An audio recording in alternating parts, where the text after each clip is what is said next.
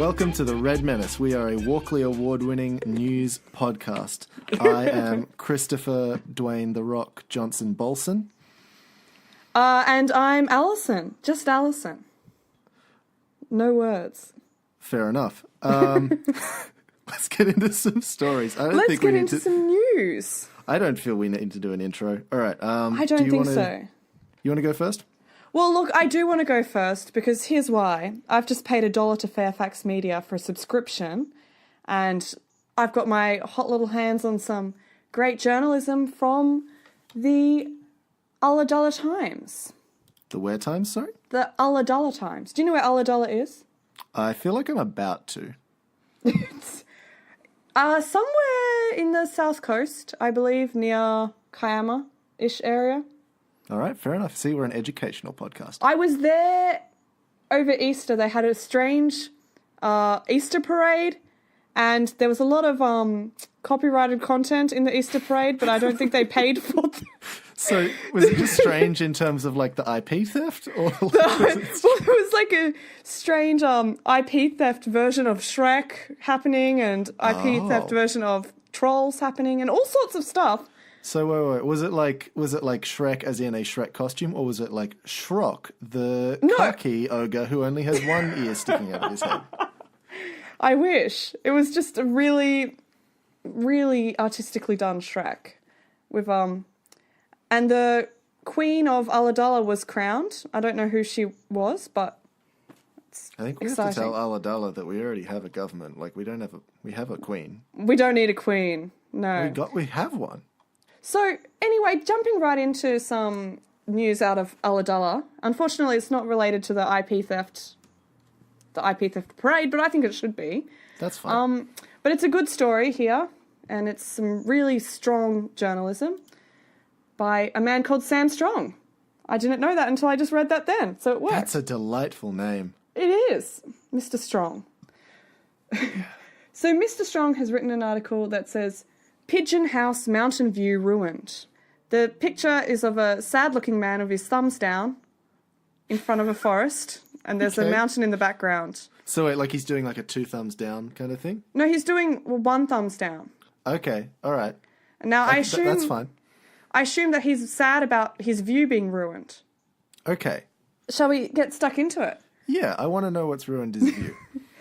Well, the installation of a new Optus mobile phone tower at Woodburn, southwest of Burrell Lake, has upset Dolphin Point residents. On Friday, 29th of June, Don Stedman retired to his back deck to find a blight on his previously uninterrupted view of Pigeon House Mountain and the castle. When you get home on a Friday night and glance to see the sunset down over Pigeon House, there is something new there, a great big mobile phone tower, Mr. Stedman said. It's very sad. It's ruined the view. This raises so many questions. It's a disturbing article. Disturbing stuff. Can I jump in with one quick first question? Yes, of course. How long does it take to build a mobile phone tower? Because I feel like it's more than a day. Well, Don believes it just popped up overnight. A blight on his previously uninterrupted view. No, wait, he said he came home and saw it, right? That means it had to have appeared between, 9 and, 5. Well, it said he retired to his back deck. What time of day do old people retire to their back deck? About 3 p.m. I think so. Enough time to have, mowed the lawn and have a cup of tea and then retire to the back deck. But there was a blight on his previously uninterrupted view. Look, I'm not going to take Optus's side on this. They're my phone provider, and they... I don't want to take their side on anything.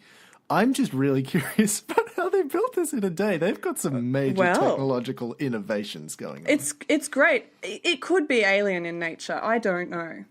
Okay. But it says, Mr. Stedman's nearby neighbours, Darryl Snow and Gail Nolan, shared the same reaction to the sight of the 40-metre-tall tower climbing from the canopy. Mr. Snow could observe it from his kitchen window, while Mr. Nolan said it was strange to install the tower in the focus of Pigeon House Mountain.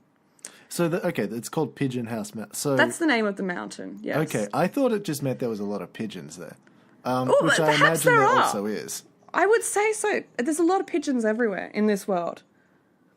How do you imagine you would build a phone tower in a day? Because all I can think of, because like they're held down by concrete. You don't just put it up. Like, so I can imagine if you had like a really big truck, I guess you could like truck the metal bit in and then just like push it up. But you'd still have to concrete the bottom, and that takes a long time to set. And also, those metal phone towers are huge, and I don't know if you could fit one on the back of a truck. I don't know. I'm very confused. How Surely these there three... was. They must have seen the construction. I really don't know. Perhaps it took them a long time to make their cup of tea. It took them like a month to make their cup of tea, apparently. This is gnarly. It's bizarre. It's a great story. It's just top-notch, real serious issues right out of Ulladulla. And it doesn't say, like, before he went out to his back deck after waking up from a 5-year coma, he then saw that, like, he just... Well, I feel like the coma would be the interesting part of the story. If I was writing the story, I mean, I'm not criticising Mr. Strong. He's clearly the professional here. But if I was writing the story, I would be focusing on the coma. He's a very strong writer. He's a very strong writer. We're getting off to a good start. Yeah, I'm going to do a story, I feel like. Give me a sec.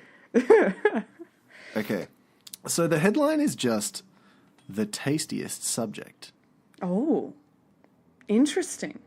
What are your thoughts when you hear the tastiest subject? It's a wonderful clickbait headline. Well, my interest is certainly piqued. Yeah. It's by Piper Denham for the Flinders News. Mm-hmm. Well, her name has denim in it, and I like that already because jeans are top notch. Okay, it's... Yeah, okay.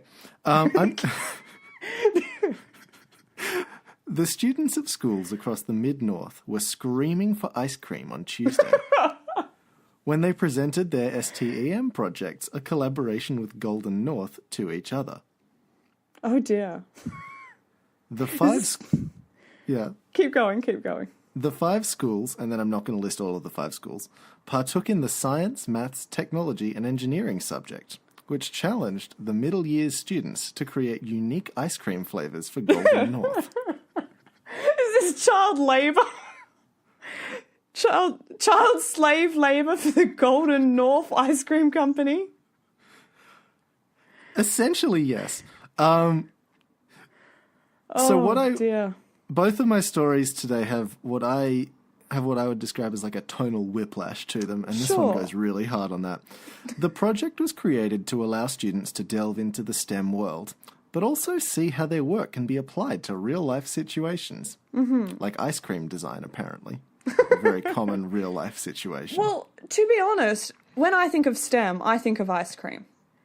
I'm trying to think, because, I mean, I guess technically there must be people whose jobs this is. I mean, obviously not at Golden North because they're getting kids to do it. No. But at like Ben and Jerry's or whatever, they must have like a food technology division. But I struggle to imagine that they're going to take that to like engineering graduates, you know? You come out of university with your master's in engineering and you apply to become a food technologist at Golden North Ice Creamery. Exactly. Alex Simmons, a strategic design project officer from the Department of Education, came down to view and taste the students' work and said for them, they are really excited for what has become of this project. The big part we were hoping to see today, which we have seen, is them going really deep with some of the concepts of science, technology, maths, and engineering. Firstly, he screwed up the order of the STEM words. Yes. Secondly... Ice cream. It's STEMI. STEMI? STEMI. While we look at STEMI holistically, it is really important that we don't lose the deep content-specific stuff. Seeing and thinking scientifically, using engineering thinking to come up with these ideas, it has been fantastic. And ice cream. That's the other primary.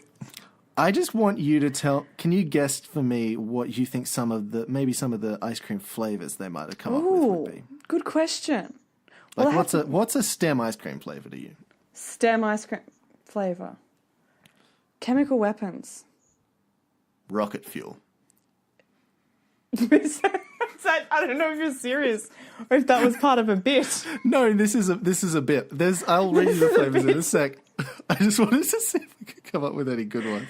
I cannot think... Well, yeah. Well, that's because it's a dumb concept. It's not ideal for an ice cream concept. If this was a MasterChef challenge, the Twitter fans would be livid. Golden North, a locally based ice cream factory, has been working with the schools to help the students design and create their ice creams. An operations manager, Rick Willis, says there have been several ideas created by the students that they're interested in reproducing. Mm-hmm. There has been a lot of mint and Oreo. Okay. A normal, common ice cream flavour. A cracking one over there with popcorn in it. Over where? Sorry? Which way is he pointing? Not specified. It's given without context in the article, which from a writing perspective is poor. So, a cracking one over there with popcorn in it, salted caramel. It was really nice. This is a man who works for an ice cream company and he's just discovering what salted caramel is. Salted caramel ice cream. What? Now, what I just want you to listen to the next statement and see if you can detect any, like, passive aggression in it. Absolutely.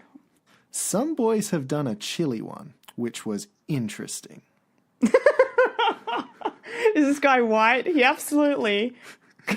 What was his name again? Rick Willis. Yeah, I'm pretty sure he's white. He was sweating his balls off when he was licking that chili ice cream. I'm just imagining like a cartoon Rick Willis and like his face goes red and steam starts coming out of his ears. His bald head is sweating. But certainly the biscuit side of things and ice cream sandwich have been really popular. So what Golden Nord's done is they've outsourced their ice cream R&D to these children.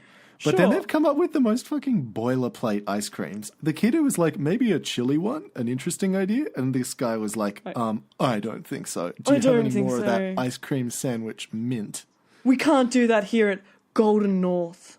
We're all about family-friendly flavours. A student from Gladstone High School, I'm not going to say the student's name, so I'm just going to name her Primrose.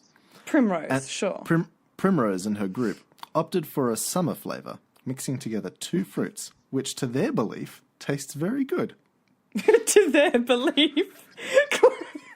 Clearly whoever's written this has tasted the ice cream and really did not like it, but they didn't want to say that the kids' ice cream was bad, so they said, the kids think it's good.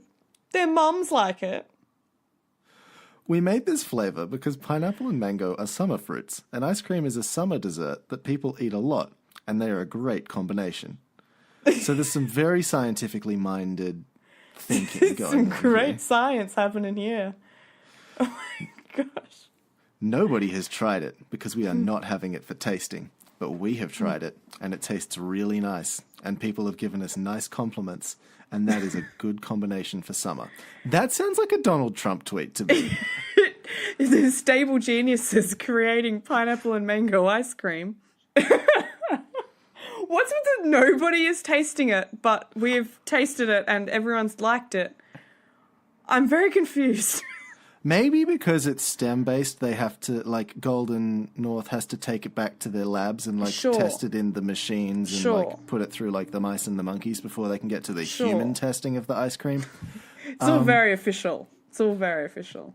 Well, I mean, it's STEMI. So, like, it's STEMI. It's intense. These kids all have master's degrees. None of that arts shit.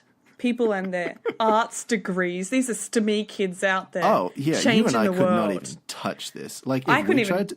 Did you hear what shit we came up with? We came up with chemical weapons and rocket fuel. These kids are smart. They were like, no, fuck that. Mint. It's better. That's why I'm only an arts graduate. I can't think of mint ice cream.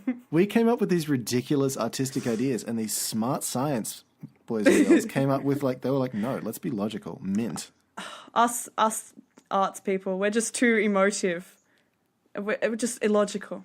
You got another story for me? Well, look, following on from this, I understand this was a school-based story that you did, but it's school holidays at the moment, and you know, all us mums out there, like me and you, are out there looking for fun activities for our kids in the holidays. And also for ourselves, because mums have lives as well. And people forget that. They sure do.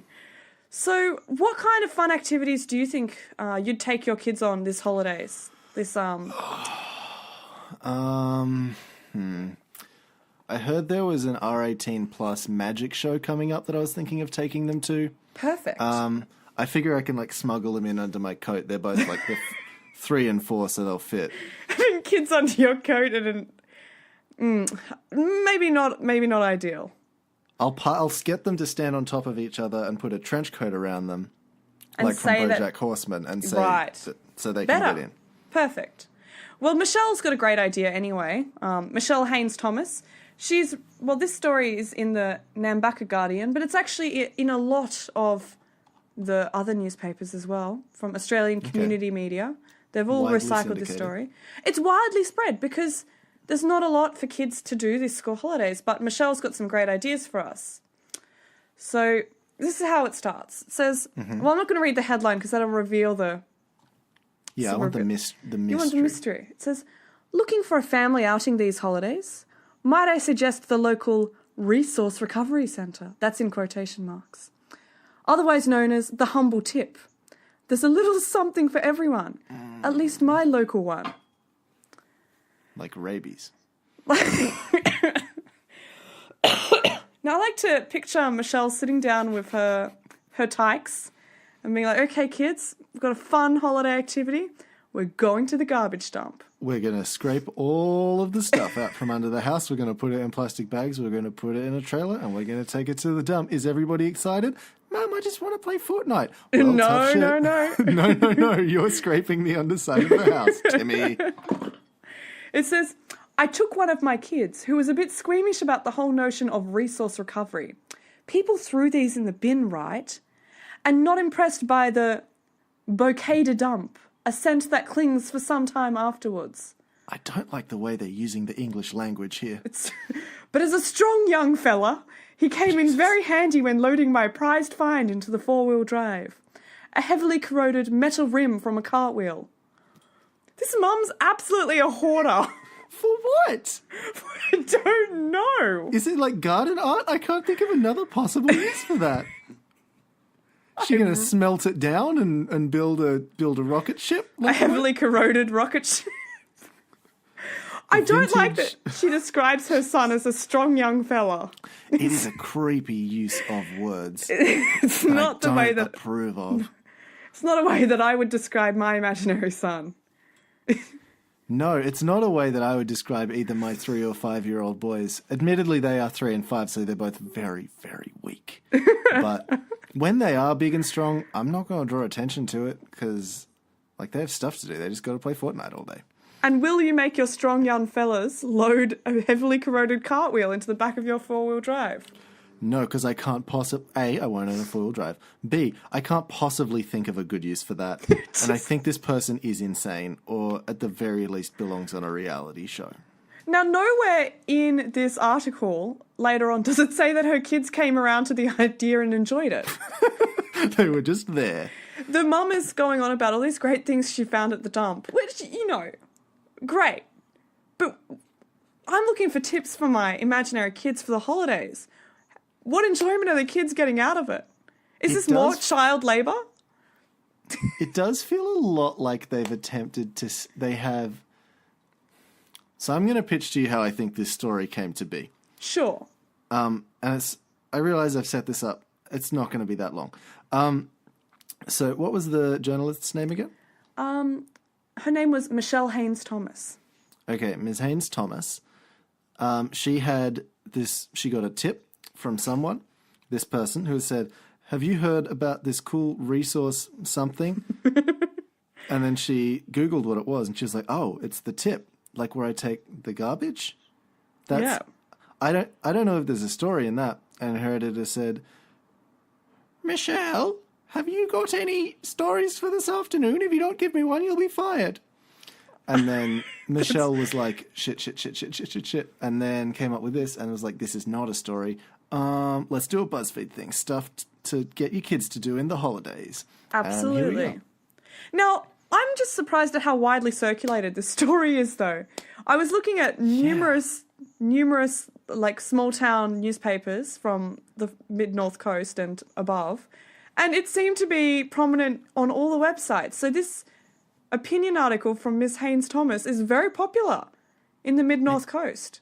Maybe they only have one tip in the Mid-North Coast. They're behind this all, for sure.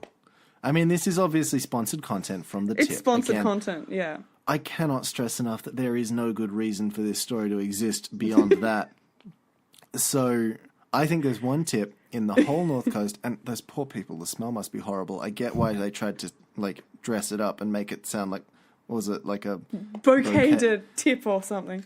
What was it? I don't know, I'll go down. It was a word bouquet de crime. dump.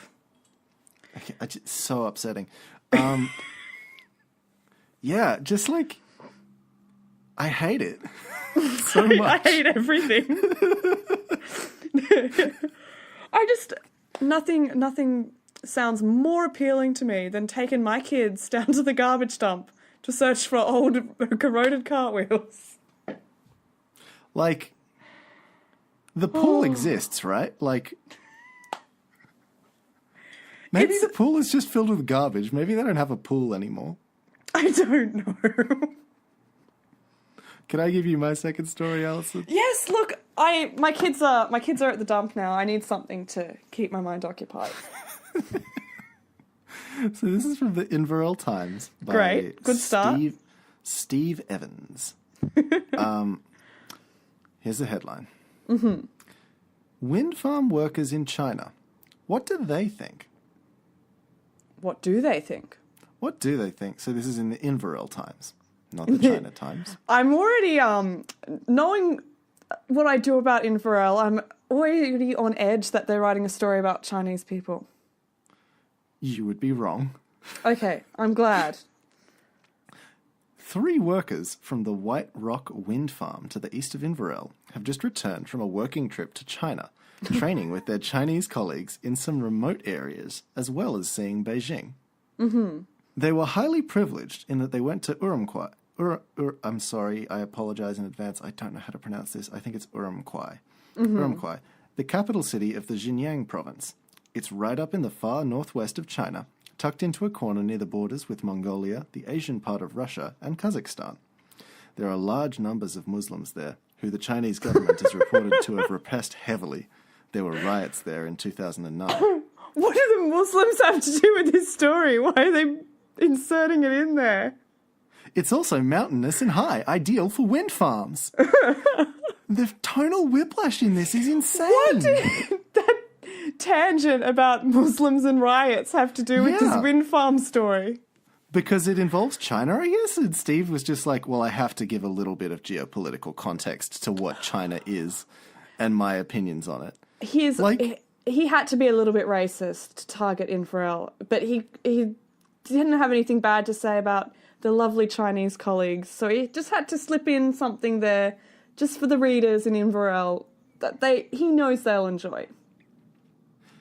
The New England workers were there for the technical knowledge and not for the politics, and their impressions are of the people they met for work. Then why is the politics in the piece, Steve? Why did you mention that? What's Steve? this got to do with anything? This article's already really long, Steve. I had to cut like half of it out. You didn't need to fill out the word count. And say, oh yeah, but this isn't relevant, actually. One had never been outside Australia before. We asked them what their impressions were. Simon from Inverell. Simon was impressed with Beijing. He said that initially it seemed like a crazy, fast-paced, heavily polluted, chaotic city. But he started to see it in a different light, as organised and clean, with more greenery than most other cities. So the exact opposite of the thing that he just said. He came right around. He blinked and suddenly the smog was gone. A breeze had come through. Probably. He unfogged his glasses. He got his glasses cleaner. He'd forgotten to put his glasses on, and he was like, what the fuck is this Whoa, place? suddenly everything's so clear. He put them on. Oh shit, there's trees here. What? The green smog turns out to be trees. He has some advice for travellers. It is a very different culture to Australia. The food is, of course, very different. Don't go to China and expect your usual chicken chow mein. I think my favourite thing about this article is how clearly it's pitched to people who know jack shit about the world outside of Inverell. My favorite thing about this article is that the story is 3 people went on a holiday. And that's the entire story. Essentially. But it's really different in China. They're not going to have your usual McNuggets. You're going to get something else there. He said the Chinese are very big on social media, particularly WeChat. WeChat is an app they use in China for absolutely everything, from chatting to friends, finding a good restaurant, or even paying for the meal with a Didi, the Chinese equivalent of Uber. It's like a shitty guidebook. I love it. What is the purpose of this story? It's a really good question. So this is all what Simon's saying. So this is all quoted content from Simon. Okay, sure. There's a lot of quote from Simon here. There is. He concluded. It's a solid third of the story. Simon says a lot. He concluded, I believe people make the experience wherever you go in the world. The reception we received was 5-star. Nothing was ever too much trouble for anyone. The Chinese people we met were very happy to help and engage us with a big smile, which showed that slight charming shyness of what seemed to be a very humble race of people. Oh, the cringe. fuck, Simon? What does that even mean? Cringe. Oh, dear. Oh, dear. I'm really impressed at how much...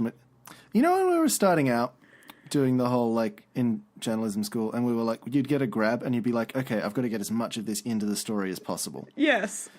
That's what this is, except he got 3 grabs, and each of them was, like, a page long, and he was like, well, let's just put this in verbatim. Let's just put it in. I guess we'll talk about politics at the start. I don't know what I'm doing. It needs to be spicy. This isn't spicy content. The Inverell Times is a very spicy paper. I look forward to reading more of the Inverell Times in future. It's my new favourite thing. It's a good publication. It's solid. Do we want to do any other fun stories we've got? I've got one story here, but we're not going to go too much into this. No, let's just do I just like the concept of this story. Lightning round. Lightning round. It's it says it's from the Ulladulla Times. I'm getting my $1 worth, by the way. Yep. It says lost pigeon may have landed in Mollymook. Another pigeon story, not about a pigeon mountain. Okay. But this is from the same newspaper. So my theory is that maybe this guy lives in the Pigeon Mountain and that's why it's called Pigeon House Mountain. Just throwing theories out there. I've got a counter theory, and that's that one of the journalists who work there has a pigeon fetish. There's a lot of pigeon stories in the same week. Yeah.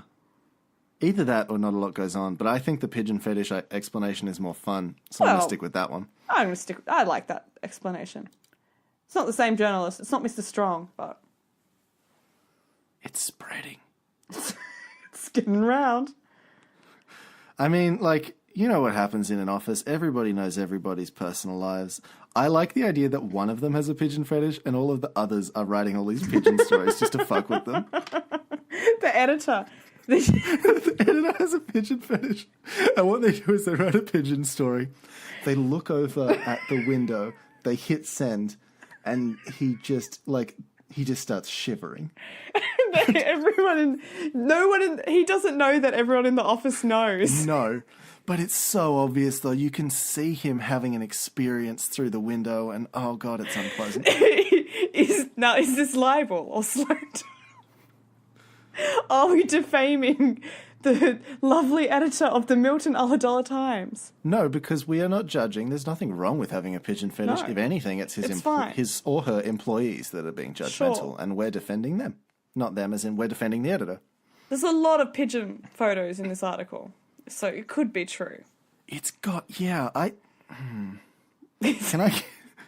I give you a headline, Alison, that Absolutely. I really enjoy? Scary spider eats gecko. Scary spider.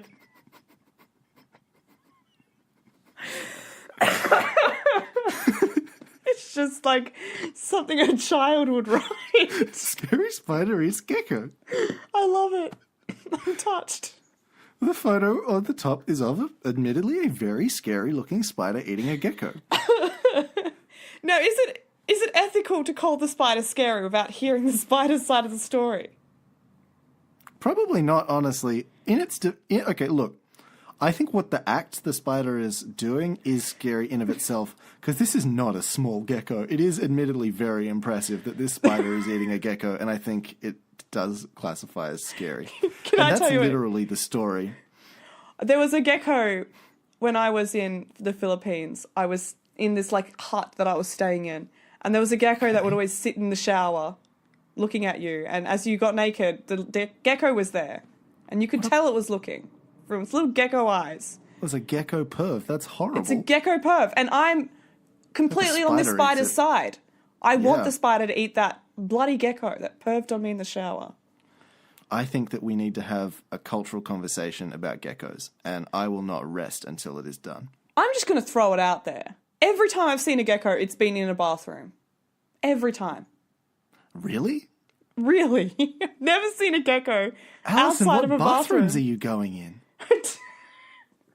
That's not normal. Not here in Sydney. Not here in the lovely city of Sydney.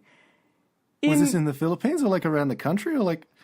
Did you have a really concentrated gecko heavy experience in the Philippines? There were a lot of geckos in our house in the Philippines. You didn't like go to a gecko sanctuary or something like that. Like you're sure you were just in a house.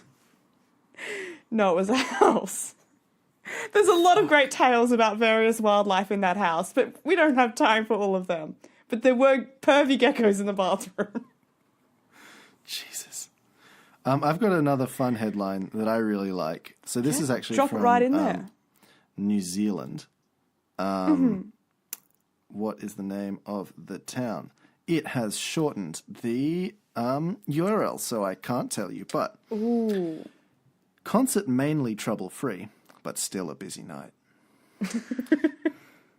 Despite high levels of intoxication at last night's Kendrick Lamar concert, Dunedin police say they only made one arrest.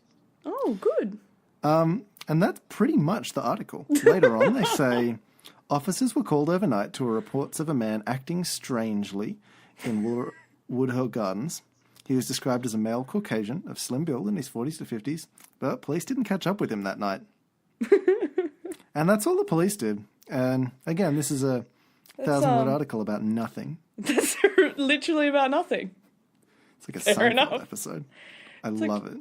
Yeah, something happened and actually nothing happened. I think with the concept of this podcast, like the local news focus, I think we're going to read a lot of articles about nothing. It's great. I like it. This is going to be a weird existential experience. We're going to realise how little happens in the world in reality. Yeah. We've got articles about someone's view being blighted, about shit on the field, about no one being arrested. Scary spider eats gecko. Scary spider eats gecko. You have anything else, or do you want to wrap up?